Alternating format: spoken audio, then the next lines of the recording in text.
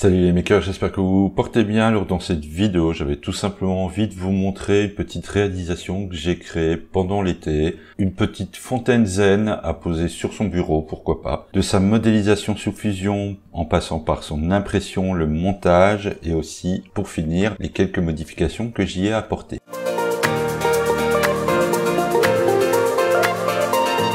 Alors, tout a commencé simplement par l'envie d'avoir une fontaine sur mon bureau, une petite fontaine décorative. J'ai regardé pas mal de modèles que je trouvais sur Google. Il y avait pas mal de modèles qui me plaisaient, mais il y avait toujours un petit truc qui me manquait. Là, j'avais absolument envie d'avoir une litho dans cette fontaine, quelque chose qui était éclairé le soir, un truc plutôt sympa. Donc je me suis dit que tant qu'à faire, autant la modéliser moi-même sur Fusion 360. J'ai pas cherché à faire quelque chose d'extrêmement compliqué, mais tout simplement quelque chose qui me plaisait, où je retrouverais les éléments que je voulais. Donc c'est-à-dire la litho, une petite plante et puis un écoulement d'eau tout simple sur l'avant, sans pour autant avoir besoin non plus d'énormément de courant. Ici, je suis parti sur une pompe à eau en 5 volts. Et une fois que le modèle m'a convenu, je l'ai tout simplement envoyé en impression.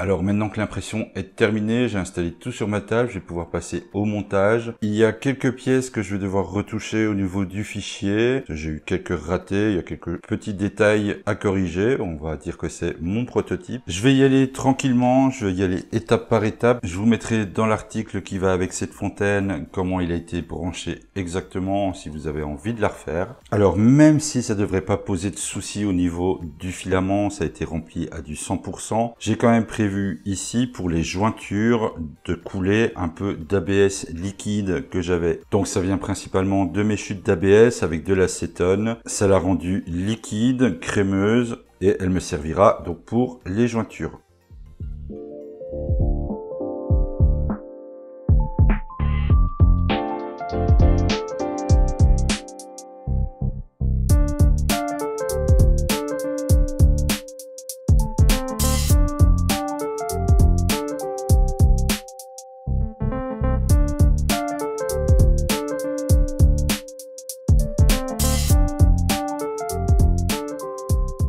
Alors en ce qui concerne la fin du montage, j'ai eu un petit souci, une erreur de ma part certainement. L'enregistrement vidéo s'est arrêté et vous n'avez pas pu voir l'intégralité de celui-ci. Mais je vous rassure, vous ratez pas grand-chose, c'est simplement les placements des plaques, le collage, donc rien de vraiment très important. Par contre ici, je vais vous montrer, avant de terminer cette vidéo, les quelques modifications que j'ai dû apporter à cette fontaine, étant donné que, comme je vous l'ai dit en début de vidéo, pour moi c'est le prototype. J'y ai apporté quelques modifications. Déjà, la première, c'est qu'il va y avoir dans les fichiers deux versions. Alors une où les deux bacs seront séparés et l'autre version, comme ici, celle que je vais vous montrer, où le bac ne fait qu'un. Alors tout simplement parce que je l'ai montré et de voir s'il était possible d'avoir le bac en un bloc. Cela va évidemment dépendre du coup de la machine que vous avez. Sur des petits formats, vous aurez les deux bacs séparés au besoin et sur des machines plus grandes, vous aurez la version en un seul bloc où là vous aurez évidemment besoin de certains supports. En ce qui concerne le bac en lui-même, alors évidemment ces modifications ont été faites sur les deux versions. J'ai modifié un petit peu le bac ici au niveau de l'eau pour un meilleur écoulement. Il y aura maintenant ici dans cette version un bac de rétention d'eau et une fois que le bac sera rempli,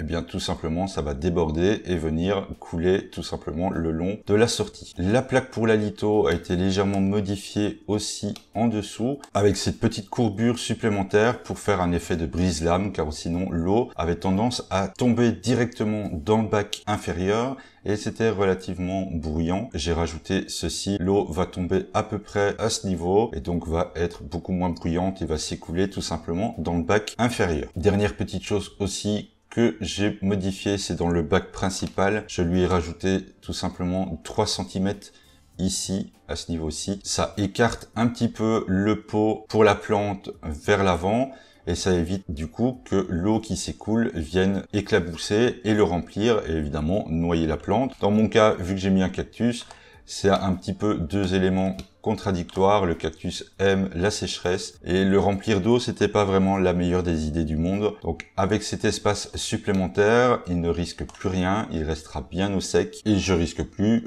comme je fais d'habitude avec mes autres plantes, de les noyer à force de les arroser. Alors histoire d'avoir un petit peu de choix au niveau de la litho, j'avais pris pour moi personnellement cet arbre de vie, mais je vous ai mis en plus dans les fichiers 2 autres lithos à disposition, comme ça vous aurez un petit peu de choix si vous n'aimez pas l'arbre.